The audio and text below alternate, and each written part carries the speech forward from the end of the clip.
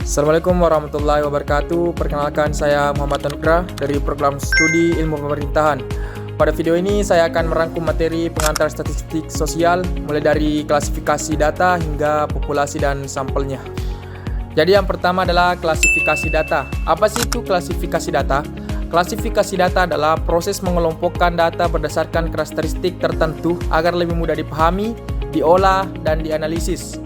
Dengan adanya klasifikasi data, peneliti dapat menyusun informasi secara sistematis sehingga hasil penelitian menjadi lebih jelas dan akurat. Selanjutnya, yang kedua adalah pengantar klasifikasi data. Dalam penelitian sosial, data yang dikumpulkan biasanya sangat banyak. Oleh karena itu, data perlu diklasifikasi agar proses analisis lebih mudah dilakukan. Klasifikasi data membantu peneliti melihat pola, membandingkan hasil, dan menarik kesimpulan secara tepat. Ketiga, jenis-jenis klasifikasi data. Terdapat 4 jenis klasifikasi data, yaitu yang pertama, data nominal, yaitu data yang hanya berfungsi sebagai pembeda atau kategori, misalnya jenis kelamin dan agama. Yang kedua, data ordinal, yaitu data yang menunjukkan urutan atau peringkat, misalnya tingkat kepuasan dari sangat puas sampai sangat tidak puas.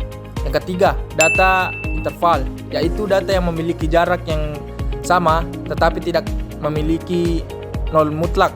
Contoh, suhu dalam derajat Celcius. Yang keempat, data ratio, yaitu data yang memiliki jarak sama dan memiliki nol mutlak. Misalnya umur, tinggi badan, berat badan, dan pendapat. 4. Penerapan klasifikasi data dalam penelitian. Dalam penelitian, klasifikasi data digunakan untuk mengelompokkan jawaban responden sesuai jenis datanya. Misalnya, jenis kelamin termasuk data nominal, tingkat pendidikan termasuk data ordinal, sedangkan usia dan penghasilan termasuk data rasio. Dengan klasifikasi tersebut, peneliti dapat memilih teknik analisis yang sesuai. 5. Kekuatan dan kelemahan klasifikasi data. Kekuatan klasifikasi data adalah memudahkan pengolahan data, mempercepat analisis, dan menghasilkan informasi yang lebih terstruktur. Sedangkan kelemahannya adalah jika klasifikasi dilakukan secara tidak tepat, maka hasil analisis dapat menjadi kurang akurat dan dapat menyebabkan kesalahan dalam penarikan kesimpulan. 6. Penelitian kualitatif dan kuantitatif. Penelitian kualitatif bertujuan memahami suatu fenomena secara mendalam. Data yang digunakan berupa kata-kata, hasil wawancara, atau observasi. Sedangkan penelitian kuantitatif bertujuan mengukur suatu fenomena menggunakan data berupa angka.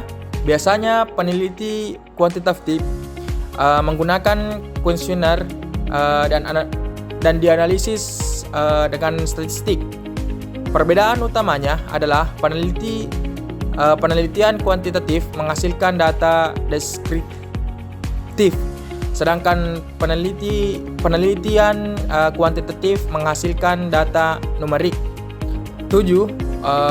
Populasi dan sampel.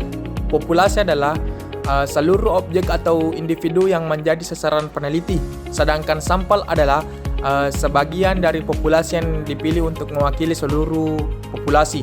Contohnya, jika sebuah universitas memiliki 2.000 mahasiswa, maka 2.000 mahasiswa tersebut adalah populasi.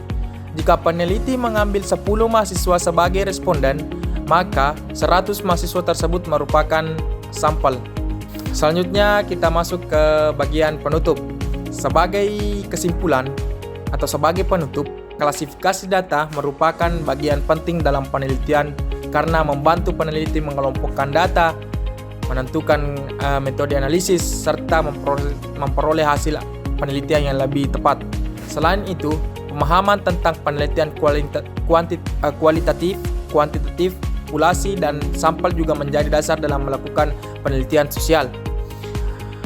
Mungkin cukup sekian dari saya. Demikian rangkuman materi yang dapat saya sampaikan. Terima kasih atas perhatiannya. Apabila ada salah kata atau ucapan yang saya sebutkan pada video ini, saya minta maaf karena saya hanya manusia biasa yang tidak luput dari kesalahan.